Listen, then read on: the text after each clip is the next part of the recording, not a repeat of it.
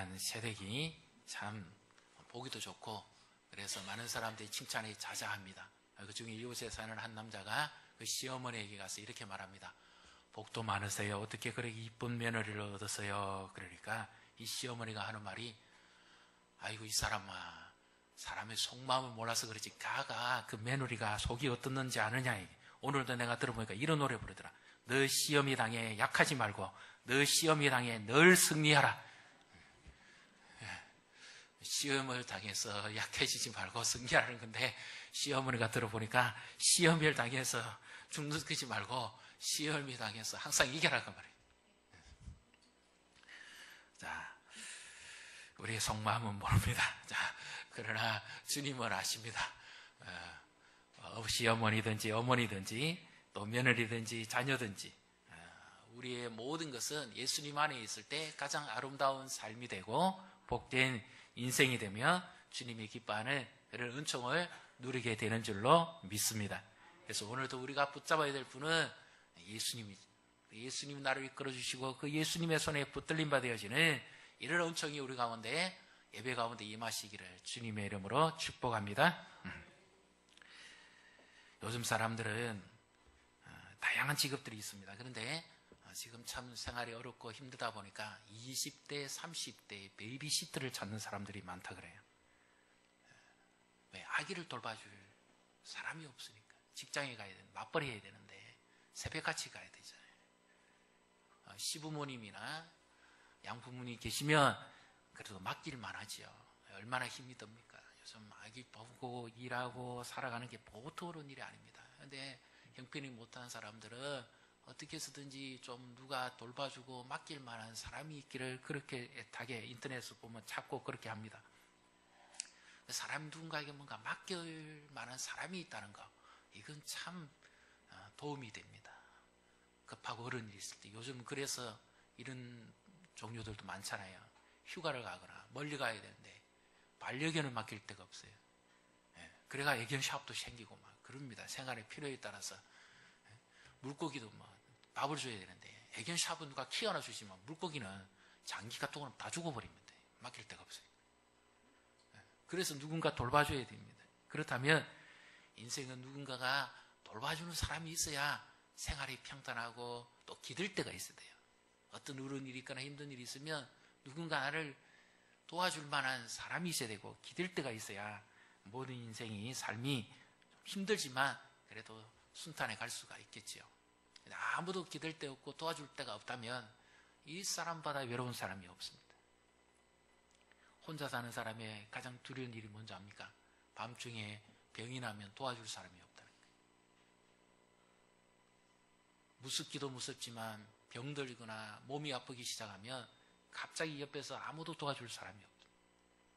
누군가 기댈 만한 사람이라도 있으면 그나마 도움이라도 받지요. 그래서 이런 말도 나오잖아요. 먼 친척보다 이웃 사촌이 낫다고. 급한 일을 당하면 누군가가 돌봐줘야 됩니다. 아무도 돌봐주지 사람이 없는 사람은 정말 외롭습니다. 그러나 우리를 영원히 돌봐주실 분이 계십니다. 우리를 영원히 책임져 주실 분이 계십니다. 그분이 바로 예수님이죠.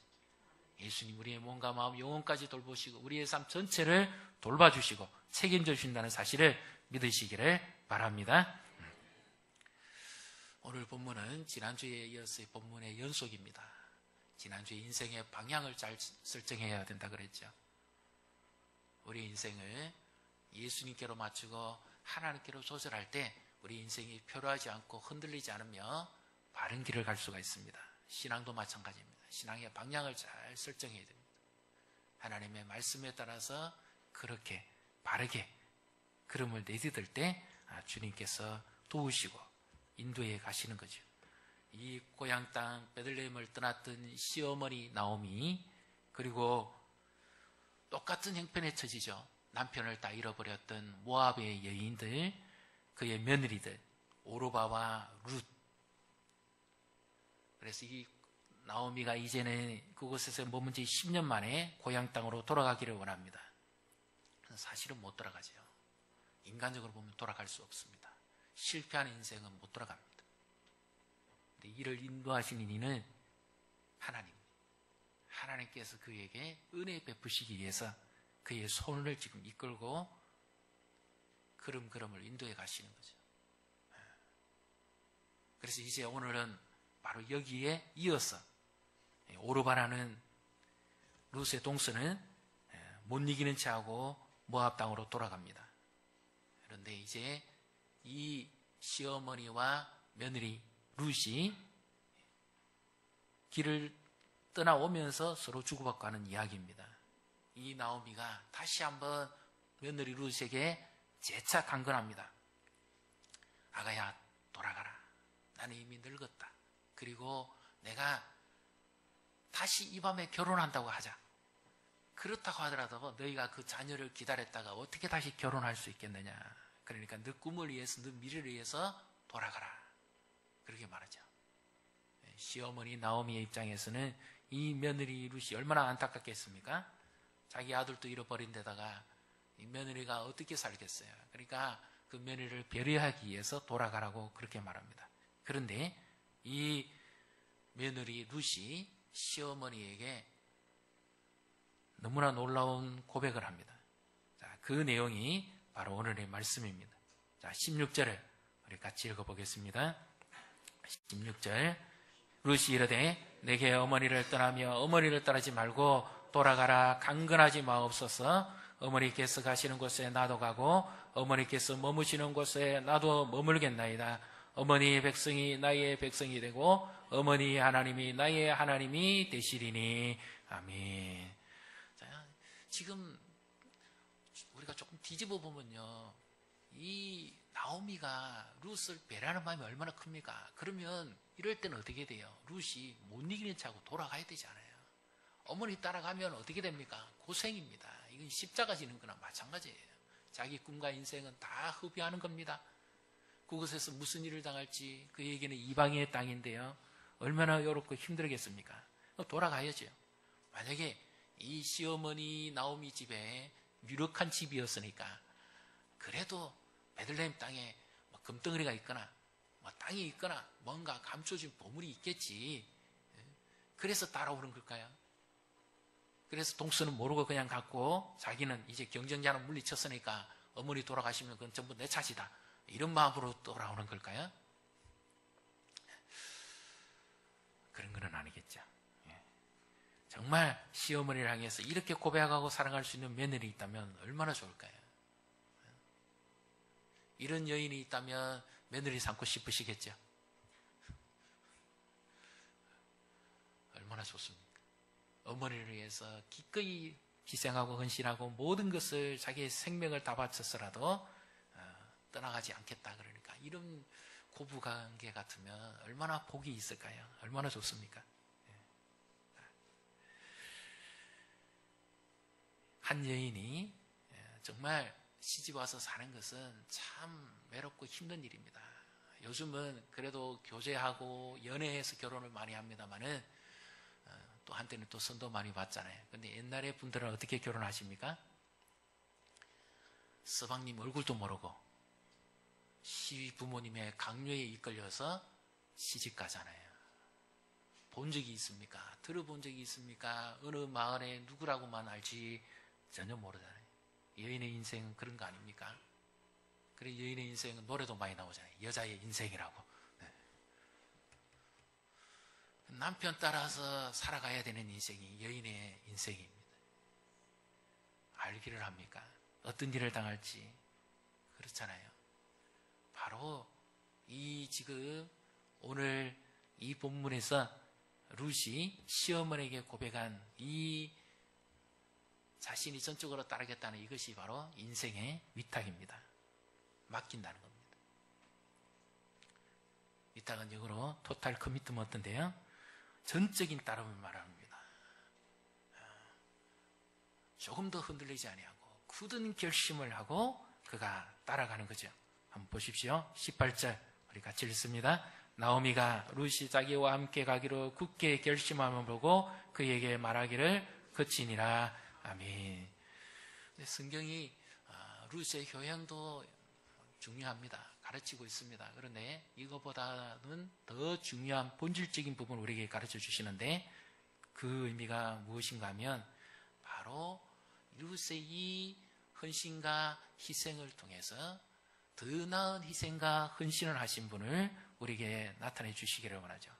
그래서 룻은 참 여인으로서 시어머니를 잘 섬길 뿐만 아니라 그런 고백을 합니다. 그런데 이 룻은 이방의 여인이었기 때문에 시어머니 나오미를 통해서 하나님의 말씀을 들었습니다.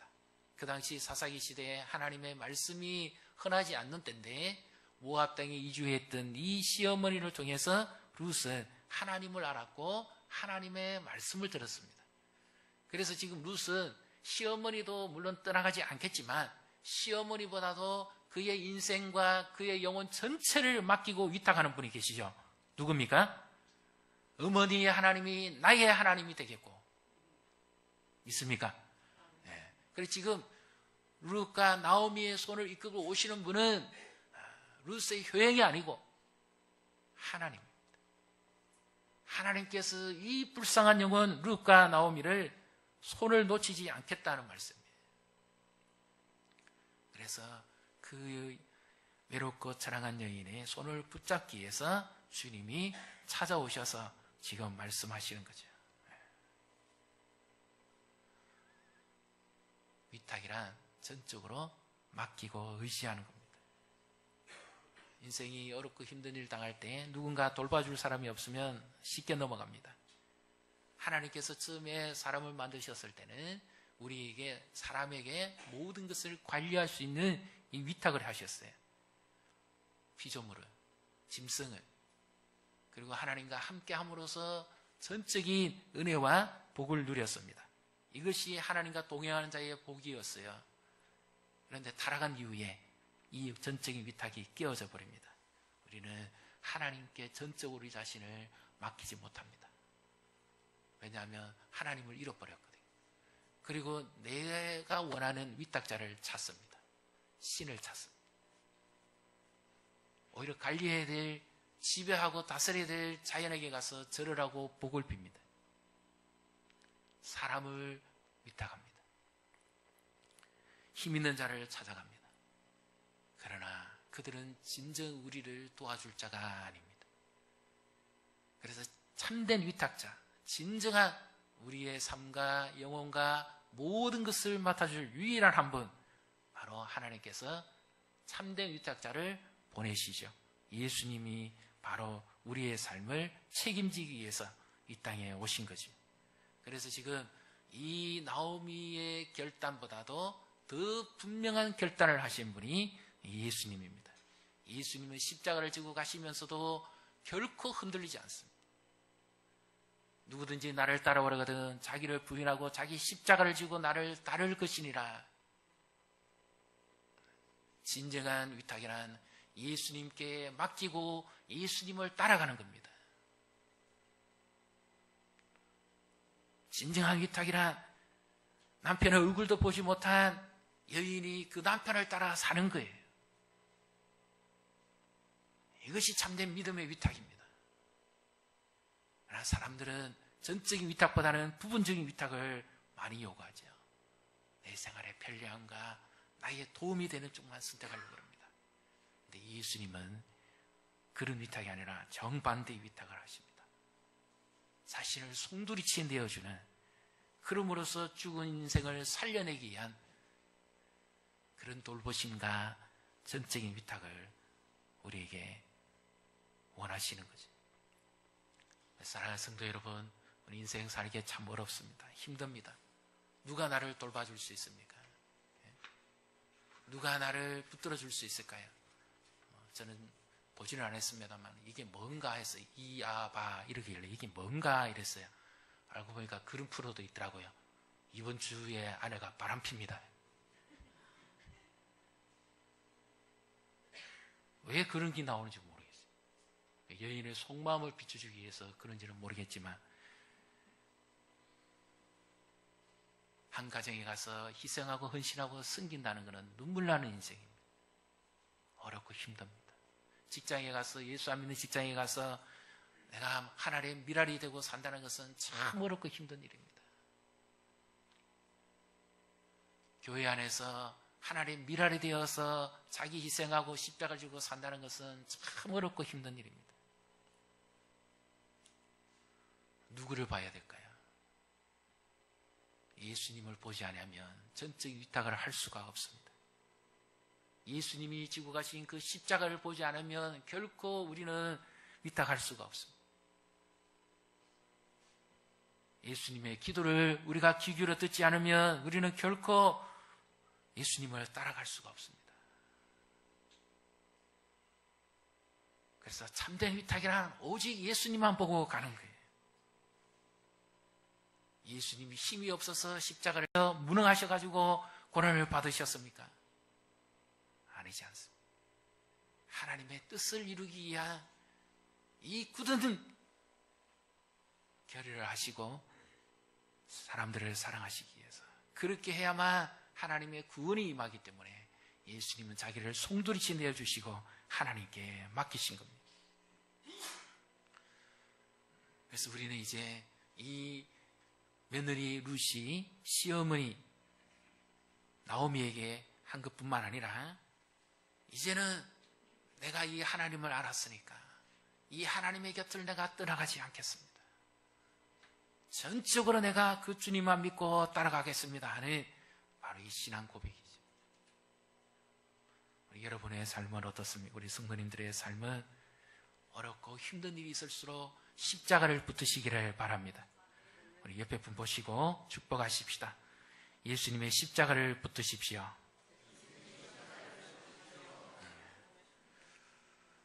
내 사정, 내 고민 사람은 다 모릅니다.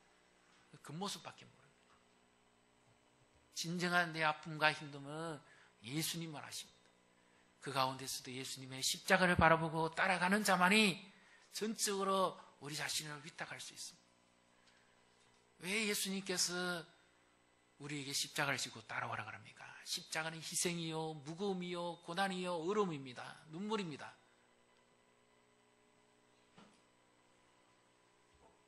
루시 지금 가는 길은 희생의 길이고 고난의 길이고 십자가 지고 가는 길이에요.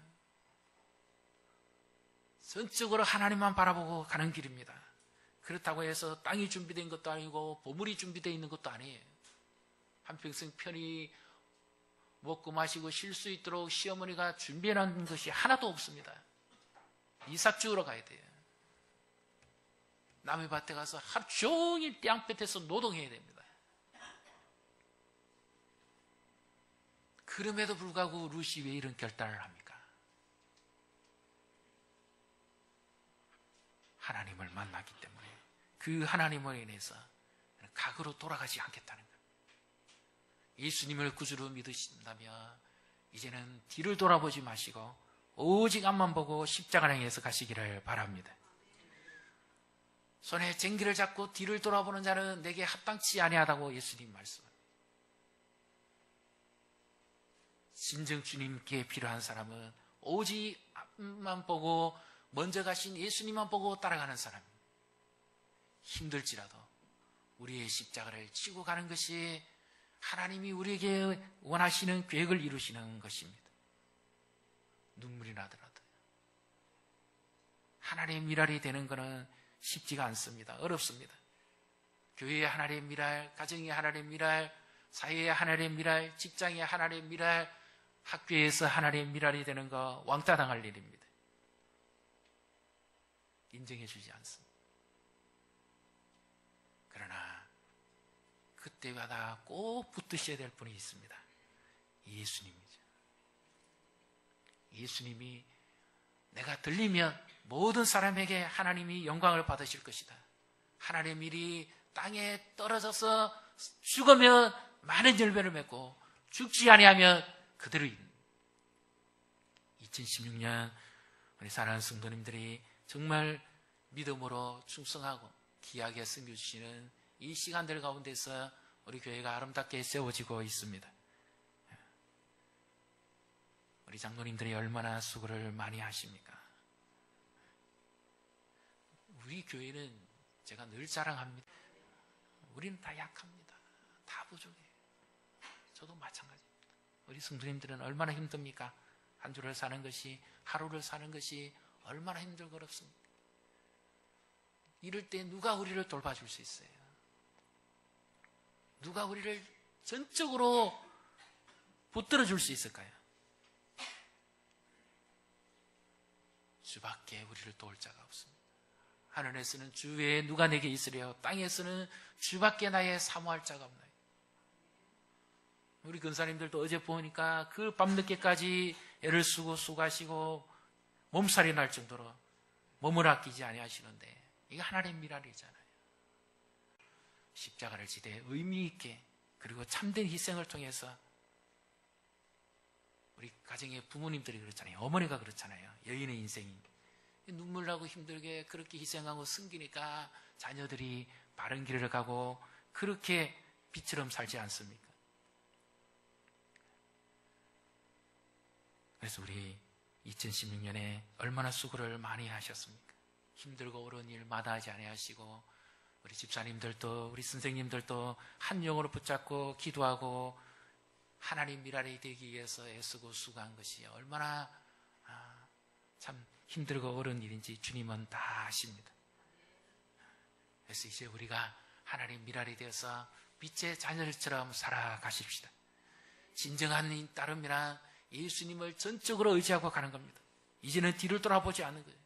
오직 우리의 모든 것을 주님께 맡기고 믿음으로만 달려갈 때 주님께서 우리를 붙들어 사용하실 줄로 믿습니다.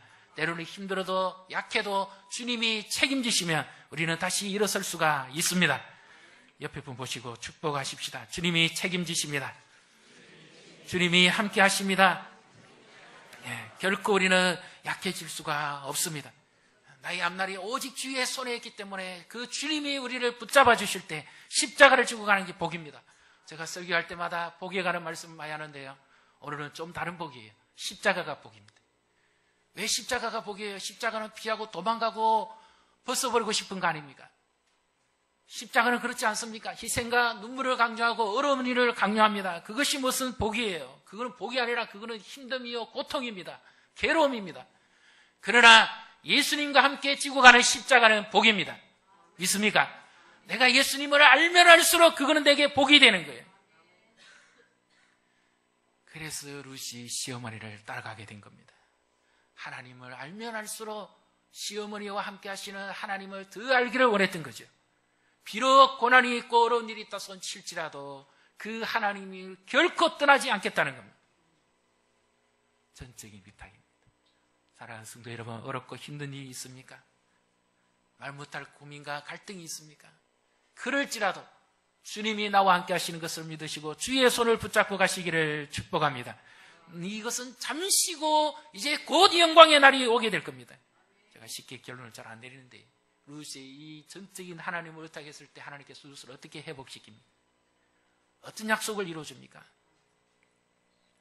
오늘 우리가 지고 가는 십자가가 힘들고 어려울지라도 우리가 하나님 미랄이 되는 것이 참 어렵고 힘들지라도 주님께서 반드시 이 열매를 맺게 하시고 기쁨과 즐거움과 감사의 열매가 넘치게 되는 줄로 믿습니다. 우리 자녀들이 학교에서 하나님 미랄이 되고 예수 그리스도를 나타내는 본을 보이고 빛의 자녀처럼 살아갈 때 그 빛에 의해서 어둠은 물러가게 될 것이고 학교는 변화될 것이고 사회는 밝아지게 될 것이며 교회는 힘을 얻을 것이고 주의 복음은 능력 있게 전파되는 것으로 우리는 확신할 수가 있죠. 그래서 우리 이제 더더욱 우리의 모든 것을 주님께 전적으로 맡기고 그 주님만 의지하고 믿음으로 따라가면서 주의 약속을 이루어가는 이런 복된 우리 성도님들과 우리 교회가 되시기를 주님의 이름으로 축복합니다.